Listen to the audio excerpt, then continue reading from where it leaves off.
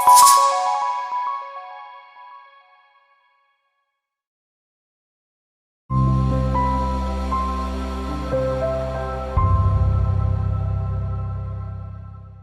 nom du Père et du Fils et du Saint-Esprit,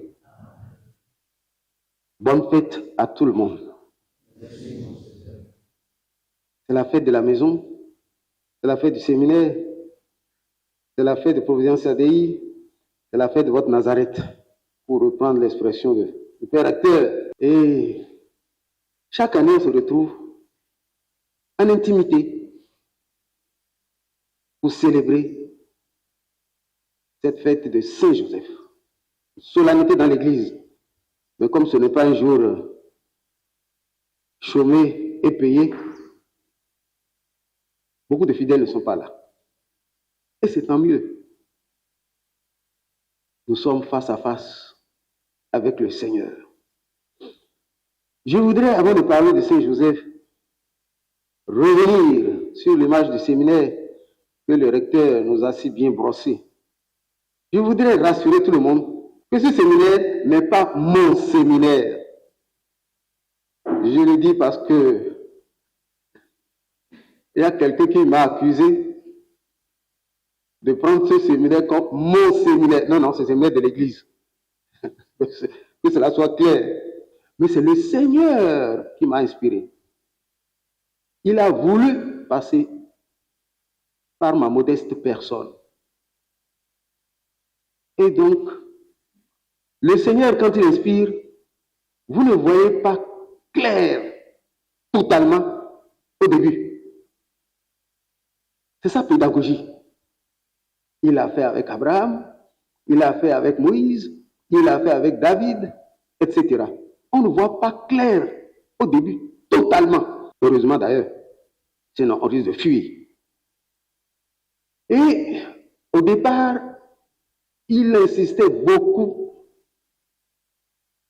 sur la relation du séminariste avec Jésus à travers l'oraison carmélitaine, qui demande le silence intérieur afin de bâtir une force intérieure, parce qu'on se laisse facilement balloter par toutes sortes de vents contraires, toutes sortes d'idéologies, toutes sortes d'idées. Et si on n'est pas enraciné en Jésus-Christ, bâti sur le roc qu'est Jésus-Christ, nous serons des prêtres légers, soufflés comme ça s'envole.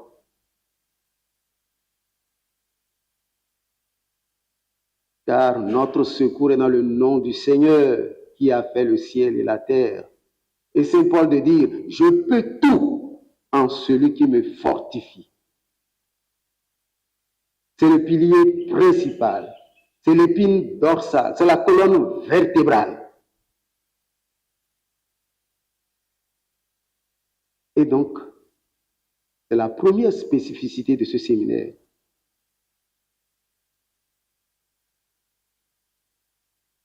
Cela n'exclut pas la formation classique. Elle est utile, très utile, que ce soit au niveau philosophique, au niveau théologique, au niveau biblique, très utile. Et là, je voudrais féliciter les formateurs qui ont accepté de marcher dans cette logique avec les serviteurs que Dieu a choisis pour ce séminaire de type nouveau. Et donc, en plus de la formation classique, de plus en plus, on voit les 4 réformes qui sont en train de se mettre en place. Mémoire d'Afrique, pour nous enraciner dans notre vie d'Africain. Car nous souffrons beaucoup d'un mental colonisé. Et peut-être pas pour vous, mais pour beaucoup, si quelque chose ne vient pas de l'Occident, Ça n'a pas de valeur. Nous voulons des prêtres enracinés dans notre terroir à travers notre sagesse, à travers nos valeurs africaines et non plus des soi-disant valeurs, mais qui sont des valeurs d'emprunt. Si encore c'est utile, ok, c'est bien, mais si cela nous déconstruit, si cela nous affadit, comme le sel affadi, qui n'a plus de goût, ce serait dommage. Et là, je voudrais remercier vraiment Mémoire d'Afrique qui a accepté de nous appuyer, de nous accompagner dans cette réforme. Ils arrivent pendant la Semaine Sainte pour pouvoir attaquer, les 2 séminaires après Pâques. Et ils le font généreusement, gratuitement, au nom du Seigneur. Donc c'est à nous d'être ouverts et d'accueillir le plus possible les orientations qu'ils nous laissent. Donc après s'être enraciné en Jésus-Christ, il faut s'enraciner en l'homme africain. Le deuxième pilier de la réforme après Mémoire d'Afrique, c'est la vie économique. L'agro-business. Je me réjouis que les séminaristes se prennent de plus en plus goût à la chose. Je m'en réjouis. Oui, vous pouvez vous féliciter. Allez-y. Oui, vous souriez. Je vois que beaucoup sourient. Mais vous devez reconnaître qu'au début, c'était pas gagné d'avance. Hein. Non, vous n'étiez pas partant au début.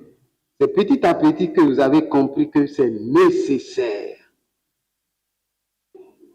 Et là où le blanc nous a eu, ce qui nous a fait croire que celui qui travaille de ses mains ne vaut rien.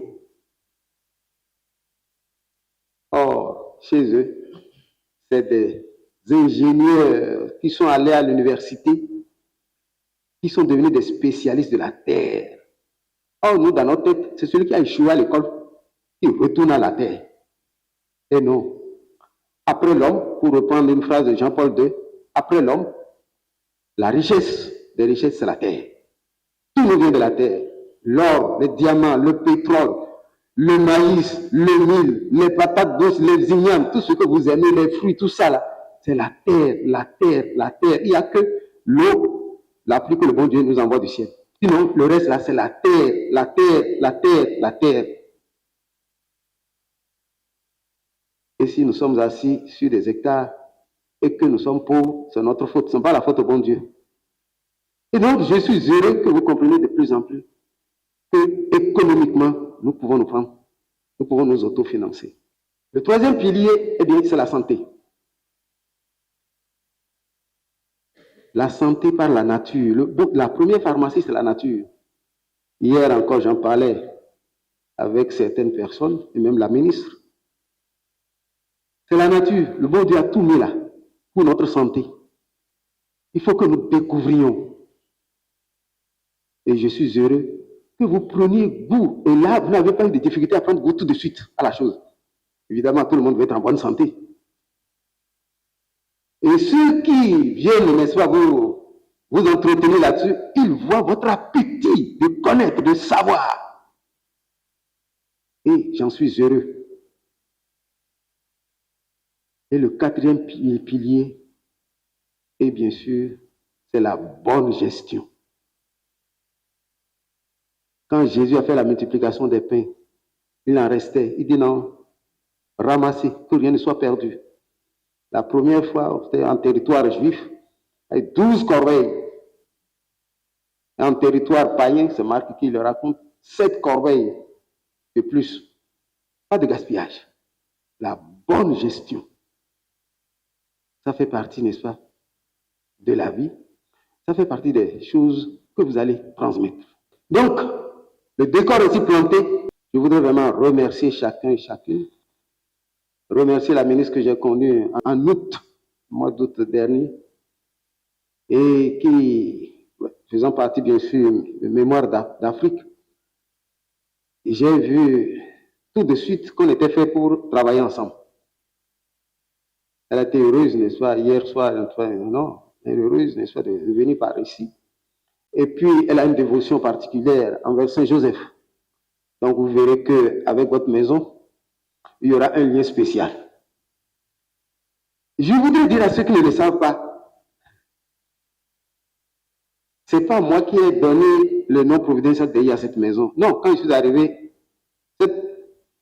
ce domaine portait déjà le nom Providence Dei. C'était la Caritas qui gérait la maison. Et puis, quand il s'est agi de créer le séminaire, on a cherché le nom qu'il fallait donner à ce séminaire, on a cherché. On a fouillé dans nos ménages, on n'a pas trouvé. Et puis, le lendemain, un prêtre est venu me voir et dit, mais pourquoi on cherche un autre nom que le nom de la localité qui s'appelle Providence Dei? Moi qui parle tout le temps de la providence de Dieu, la providence de la providence. Gardons Providence Dei comme pour le séminaire. Ah, je dis, toi, tu es un envoyé de bon Dieu. Donc, c'est comme ça qu'on a gardé séminaire Providence Dei. Après avoir fouillé, cherché, on s'est cassé les ménages pour rien. Et oui, le bon Dieu voulait que ce soit Providence Dei. Et effectivement, on a vu combien la providence de Dieu agit dans cette maison, pour cette maison, de façon extraordinaire. Extraordinaire. Et Saint Joseph, nous l'invoquons comme l'économe du bon Dieu. Et c'est là où je dirais que vous êtes des enfants gâtés du bon Dieu. Vous êtes des enfants gâtés du bon Dieu. Vous avez l'économe du bon Dieu avec vous. Demandez tout ce que vous voulez, vous l'obtiendrez.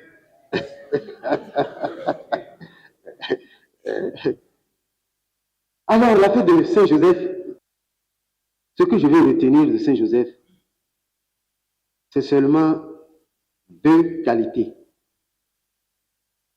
La première qualité, c'est son silence. Les Saintes Écritures n'ont pas retenu un seul mot de Saint Joseph. Son silence. Je crois que c'est le saint qui a le plus imité Dieu sur terre par son silence. Dieu est silencieux. Ou plus exactement, il parle par son silence. Parce qu'il est silence.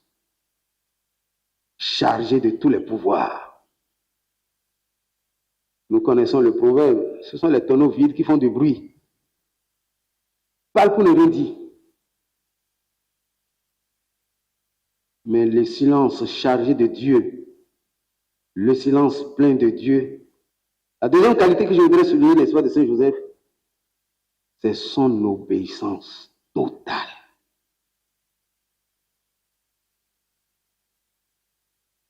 Quand il a compris que la Vierge Marie devait avoir un problème, il a voulu se retirer. Non, je ne vais pas rentrer dedans. L'ange lui apparaît, ou plutôt en songe, dit, ne crée pas de prendre Marie comme épouse. Ne crée pas. Ça lui a suffi. Mais il ne savait pas jusqu'où Dieu allait l'amener. Il paraît que, ça c'est le mystique qui le dit, c'est un homme très sensible. Il n'aurait pas pu supporter la passion et la croix de Jésus. C'est pourquoi Dieu l'a fait mourir avant. Il était très, très, très sensible. Dieu lui dit, en pleine nuit, donc, dans son songe, prends l'enfant et sa mère et fuyez en Égypte. Il se lève, il ne discute pas. Une épreuve, mais terrible. Et en même temps, c'est une épreuve de foi. Dieu qui est tout puissant. Comment il va laisser l'espoir que son fils fuit Hérode? Alors qu'il sait que Dieu, il suffit, n'est-ce pas, de lui boucher les narines, il va mourir facilement. Celui qui ne respire pas pendant 5 minutes, il est mort. Enfin, peut-être même 5 minutes, c'est trop. Mais Dieu pouvait tuer facilement Hérode? Non. Mystère. Et puis, ce qui est très beau, dans cette relation de Joseph avec Dieu, c'est que Dieu lui confie une jeune fille. Et il n'était pas marié ailleurs pour qu'on dise que, bon, comme il a déjà une femme, bon, il saura s'occuper de la jeune fille. On ne prend pas une souris pour confier à un chat. Vous avez compris, non? À moins que vous ayez enlevé les crocs de chat et les griffes de chat. Dieu a fait confiance totale à Joseph et Joseph n'a pas déçu. On ne prend pas une jeune fille pour la donner en mariage pour qu'il reste chaste toute leur vie. Car ils étaient mariés, réellement mariés, époux, épouse. Car le mariage chez eux se faisait en 2 temps. D'abord le rite, et après chacun chez soi. Ils étaient mariés devant le peuple de Dieu, devant le peuple. Et c'est là où le jeune homme rassemblait de l'argent. Et la deuxième partie du mariage se faisait, on allait chercher la jeune fille chez ses parents et on l'amenait en pleine nuit chez le jeune homme. C'est la deuxième partie qui n'avait pas encore été célébrée. Pourquoi les textes français, il y a certains qui disent que Marie était la fiancée de Joseph. Non, c'était l'épouse. Juridiquement, elle était épouse. Si Joseph mourait, elle faisait le veuvage. Elle faisait le veuvage. Cette confiance que Dieu a eue en Joseph, et Joseph n'a pas déçu. C'est extraordinaire.